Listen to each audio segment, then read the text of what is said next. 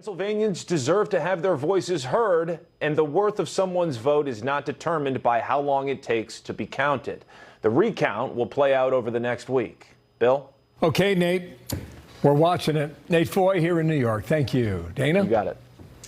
Well, Bill, we are awaiting a major decision out of New York. So Judge Juan Merchan is set to rule on President Trump's criminal conviction, and he could uphold it, throw it out, or he could kick the can down the road. We are going to find out more today. Trump's reelection upended a New York court's plans to sentence him for 34 counts of falsifying business records, and we will see what the judge decides and bring that to you as soon as we get it. So the question is, really, if you're following the bouncing ball is one of your favorite sayings, Bill, all of these Trump cases, I'm just going to give you a quick update, okay? So this is the New York criminal case. We are waiting because his team said, well, he just won the election. Can we see what we should do next? The prosecution agreed to that. Now they have to go before a judge at 10 o'clock, and we'll find out what they say. The New York civil case, the Trump team appealed that. And actually, if you remember, the Trump appeal could actually be successful there. So, but we're waiting to see. The Georgia election case, there were supposed to be oral arguments next month. They have been canceled. So this one is paused at the moment. Fani Willis, we don't know what's happening at the moment. The federal election interference case, the Department of Justice is set to dismiss that. We found that out last week. That's also the same in the federal classified documents case. DOJ is set to dismiss. And if that happens, then we have just fewer ones to worry about. Yeah. But there is all the bouncing balls hanging out there. Sure, and Trey Gaddy's trying to keep up with them, as we are. Trey, good morning to you. I want to read you something from the New York Times, okay? You ready for this, Trey? End the criminal cases against Trump. It reads, democracy's ultimate verdict on these prosecutions was rendered by voters on Election Day. The charges were front and center in the campaign. Despite the prosecutions, more than 75 million people, a majority of the popular vote counted so far, decided to send him back to the White House. So now you've got a judge in Lower Manhattan, Judge Merchan, who's barely cut the Trump team a break throughout the entire case.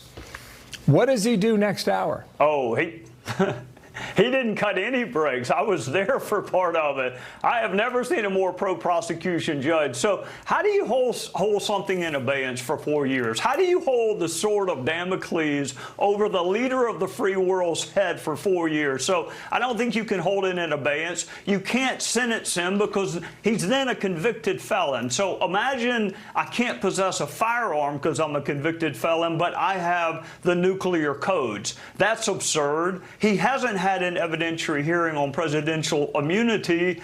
Look, the prosecution said they're competing interests. Not anymore. The competition's over. They lost. So he needs to end the case. I never agree with the New York Times. I had to restart my heart when you were reading that. But they're right. They need to end. He won. The competition's over. The other one is this Georgia court. It canceled the oral arguments in the Trump appeal. And the Georgia court filing says this: the oral argument scheduled to take place December 5th, 2024 at 10:30 a.m. is hereby canceled until further order of this court. What do you think that means? I think Fani Willis and Nathan Wade will be in court sooner than Donald Trump will be in court.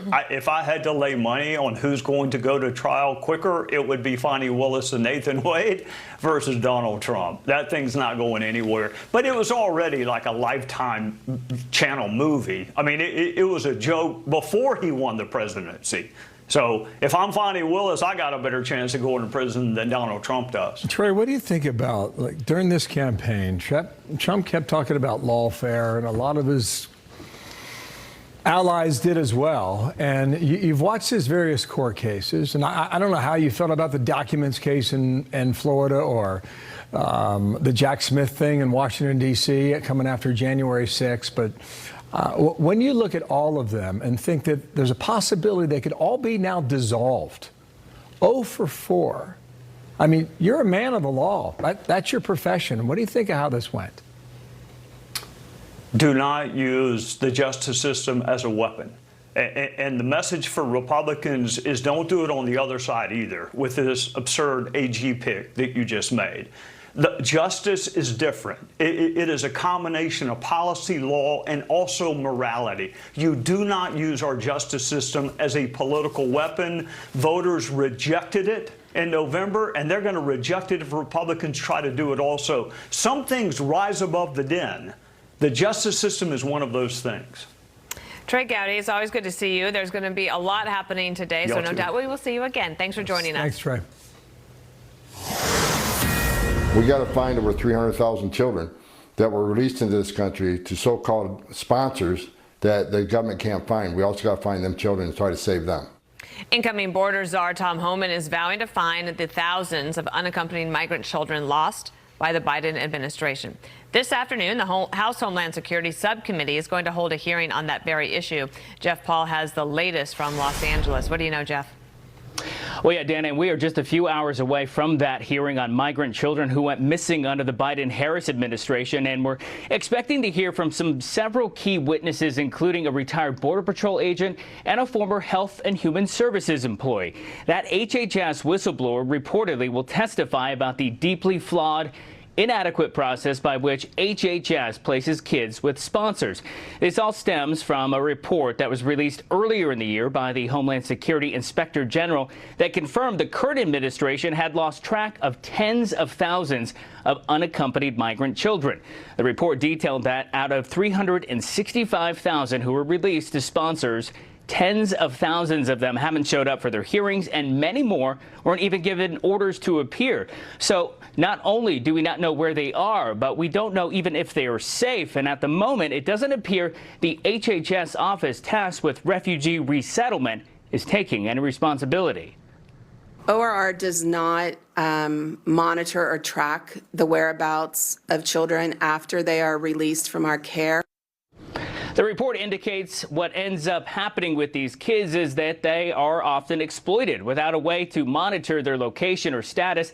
Immigration and Customs Enforcement has no assurance the kids are safe from trafficking, exploitation, and forced labor. It's one of the topics incoming border czar Tom Homan has emphasized recently. He told Fox News President-elect Trump isn't just committed to a deportation operation, but targeting the worst of the worst. And Homan says that means finding migrant children, some who are being exploited, and putting them back with their families. Dana? Jeff Paul in L.A., thank you.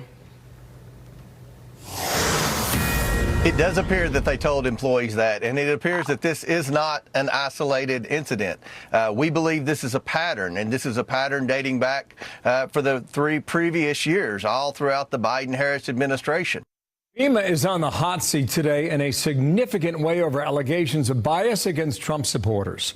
This comes to giving out aid after a hurricane. The agency's administrator will face tough questions moments from now. We'll be watching for that on the Hill. Coming up, Dan. Plus, the Lake and Riley murder trial now underway, and we are monitoring that one for developments as well. Yeah, a deadly stabbing rampage in the streets of Manhattan during the morning rush hour. The victims were chosen at random, and today we are learning more about that.